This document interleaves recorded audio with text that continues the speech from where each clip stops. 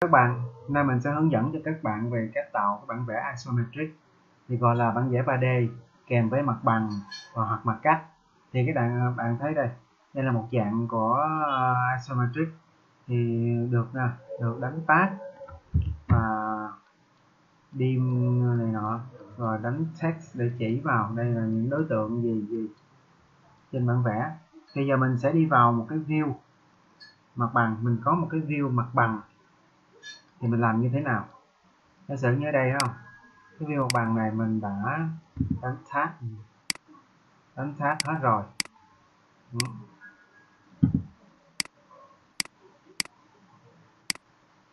Đó, thì mình đã chỉ hết những đối tượng. Bây giờ mình sẽ tạo một cái view mặt cắt. Đó, thì ở đây mình sẽ có một cái mặt cắt rồi. Đây, thì mình tạo một cái mặt cắt ngang qua.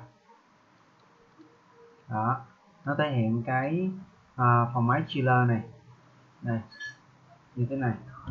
Thì mình bấm Ctrl Tab, mình quay lại đi. Đây là ví dụ thôi, còn bình thường thì các bạn sẽ vào view. Đó, tạo mặt cắt ngang đây.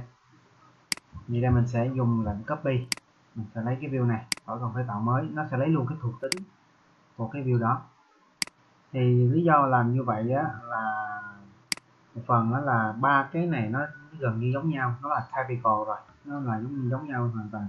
Bây giờ mình ví dụ mình tạo ở đây, thì bạn sẽ kéo qua bên đây, bạn sẽ thấy nó là section, thì bạn sẽ ghi hoặc là section, không đặt cho nó là section 11.1 hay cái gì đó. Rồi này nó có rồi. Section chiller, không đó. Rồi mình có cái section này, mình sẽ làm cái gì tiếp theo, mình sẽ đi vào cái sheet á, vào sheet đây nè, vào sheet mình sẽ tạo một cái sheet mới, new sheet ra. Đây mình chọn bản vẽ là A1 matrix, mình lấy của Autodesk, cái công tên của Autodesk. Đó, thì mình sẽ kéo cái mặt bằng. Đầu tiên mình sẽ kéo cái mặt bằng mình muốn thể hiện vào là plan room. Đó, thì cái mặt bằng plan room này hiện tại là nó đã có rồi nên nó báo. Đó, thì mình sẽ kéo một cái view vào.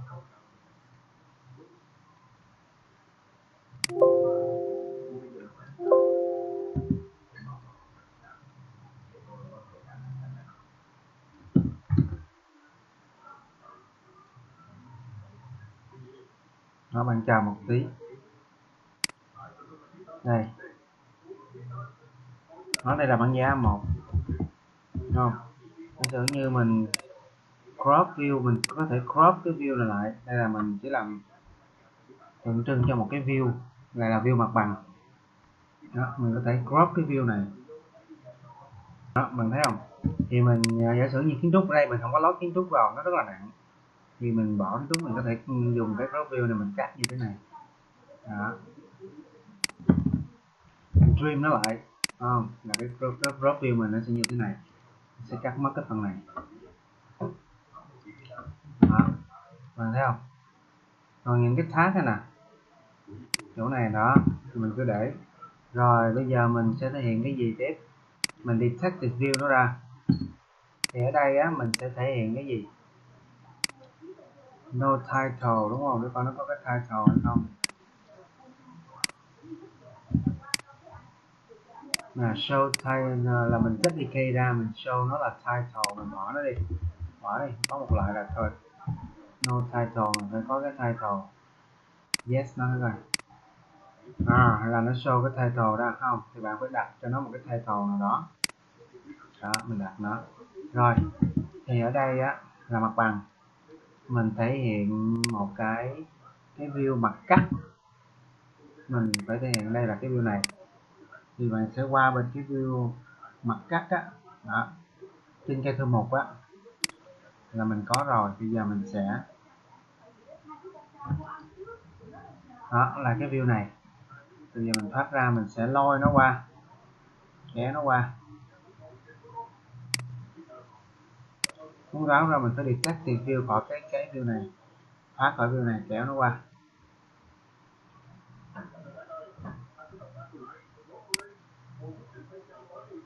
đó. Đó. Đó, mình sẽ làm một cái view như thế này.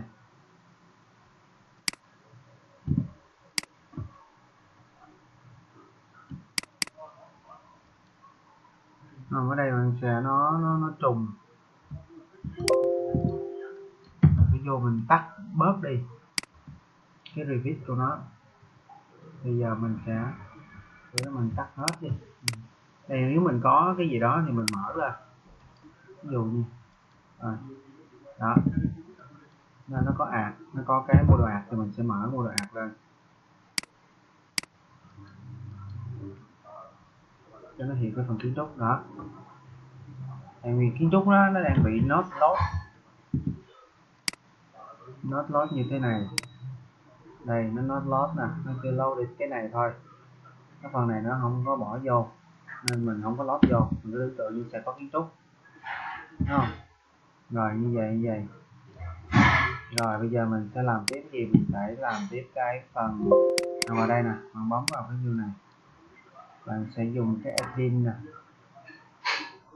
box, và bạn đây bấm cái này.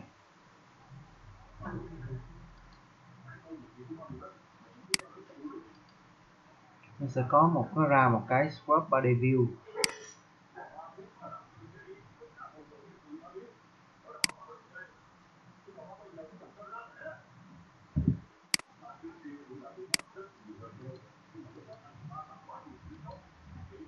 Đó, mình sẽ kéo cái scrub box này.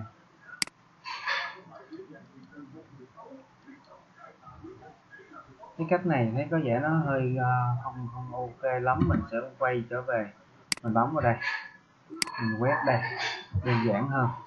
Mình bấm vào cái Revit 2.15 này, nó không hỗ trợ cái chuyện đó. Thôi mình sẽ dùng cái cách là dùng cái 3D khá là nặng.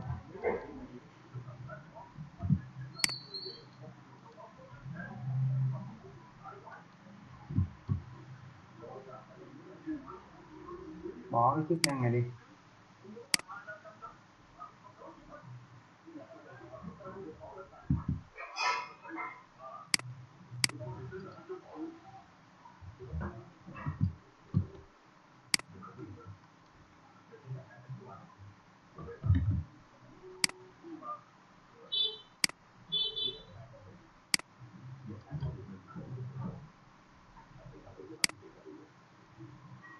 Mình làm lại cái 3D section box này. Nếu mà bạn ở một cái Revit version cao hơn, nó sẽ có cái selection box, nó rất là hay. Mà ở đây thì tiếc cái là 2.15 nó chưa có hỗ trợ. Mình đang dùng phiên bản 2.15.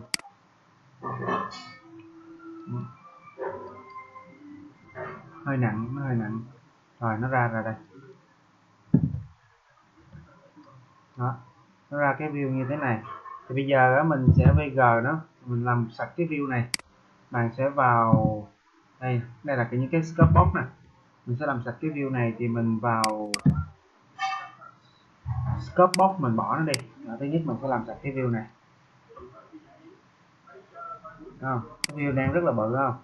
Giờ mình sẽ crop nó lại, crop nó xuống, không? Crop nó xuống đó, một cái kéo nó lên,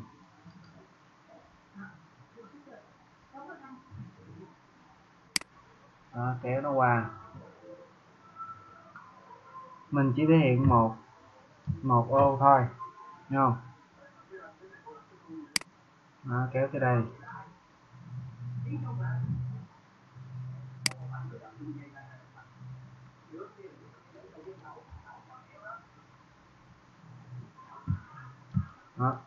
Đó là mình sẽ có một cái view.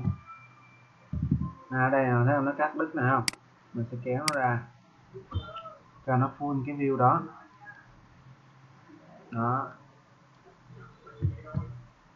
Rồi mình sẽ canh cái view này. Nếu mình sẽ vô trong annotate, mình sẽ tắt cái section box đó ra. thì nó sẽ mất đi. Đó, là tắt cái box này ha, mình tạo một cái view rất là đẹp. Đúng không? Đây là cái phần ạt nè, tin ạt đó thì mình không quan tâm lắm, mình chỉ quan tâm tới cái phần 3D mình show thôi. Rồi bạn vào cái chức năng là khóa cái view này lại. Đó, khi bạn khóa cái view lại rồi thì bạn bấm shift bạn quay cái view này không được. Rồi tiếp theo là bạn chỉ cần bấm TG để bạn tag thôi, đúng không?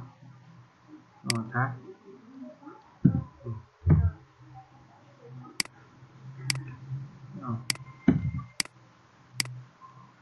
Đó, free đóng bao nhiêu bạn tag 3D, khi bạn khóa lại á, thì bạn tag nó mới được.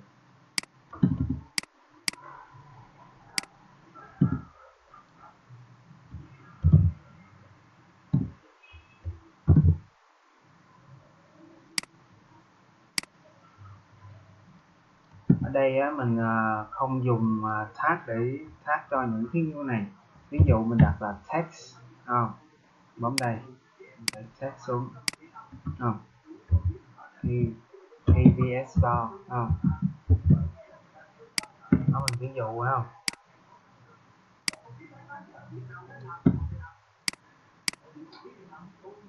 Tag này hơi to đó, mình chỉnh nhỏ lại. Đó.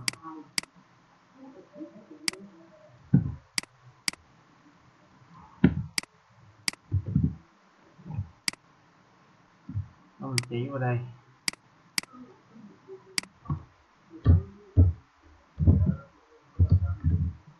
Trainer.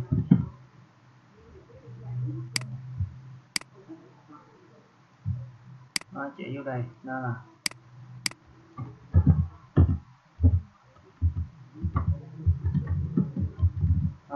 đồng hồ đo.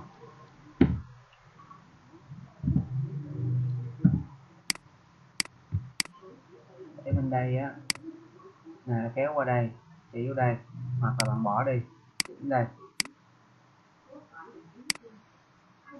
Làm cũng không có khó lắm, cũng đâu có làm cũng đâu có gì đâu, rất là đơn giản. Đó. Đây là phun, thì đây bạn có thể đánh là phun loại gì, không? Mình cho đây là phun. Mình có thể kéo qua đây, mình copy ra thôi, chỉ vô là coupling, coupling, cái kết nối gì đó, cái cụm nối gì đó. Đây là đây là van nè, không? Butterfly van nè.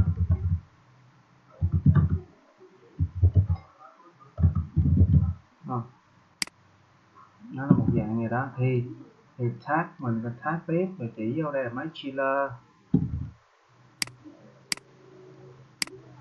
Để thì nên để thẳng hàng. Để dày hoặc là kéo nó dày, kéo này ra. Chỉnh cái này. Đó.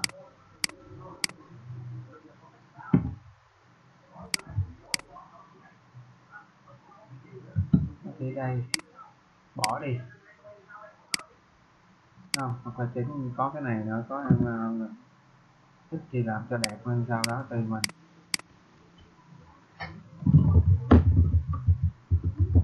Chiller không, thì có thể ghi công suất là bao nhiêu, loại gì đó, tùy mình. Sau đó mình xong cái view này, thấy không? Đây mình sát nè, ống này như là kéo ra nè. Đó.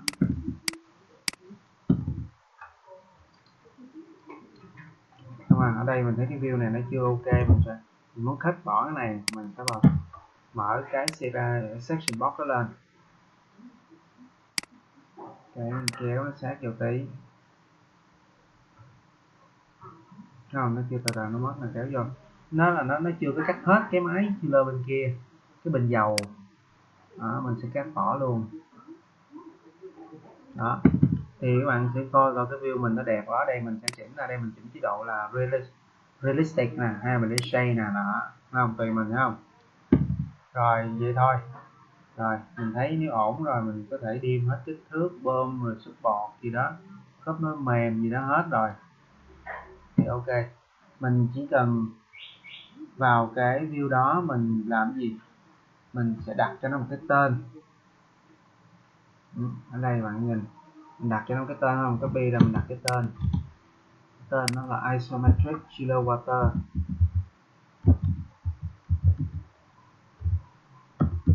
Không. Không. Isometric. Rồi thì vậy đó, cái mình phải Ctrl Tab mình quay lại cái bản vẽ đó này, mình lôi cái isometric chiller water đó vào.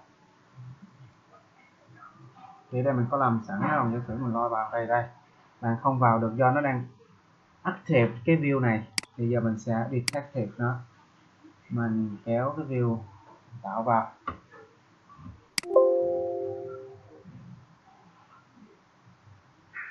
view tạo rồi, nó có rồi, bây giờ kéo cái view này, view mới vừa tạo vào đó, thì đó nó vô nè, nó nhỏ xíu không, mình sẽ chỉnh cái title của nó có cái title là thứ nhất. Rồi nó nhỏ quá thì mình bấm click nào vào mình sẽ chỉnh vào 1/50. Nó sẽ bự hơn đó. Rồi cái mình giờ ta detective view nó ra, mình kéo nó không có đụng gì tới. Rồi mình sẽ chỉnh lại cái này, khi mà bạn bỏ ra đây, escape nào kéo này mà nó chỉnh lại đó. Chưa, nó rất là đẹp. Và bên đây thì là mặt bằng, bạn điêm kích thước hết đây cũng vậy, bạn cũng điêm này nọ là xong, mọi thứ nó sẽ ok. Đó là tất cả những gì mà mình muốn trình bày là này, trên đây nè.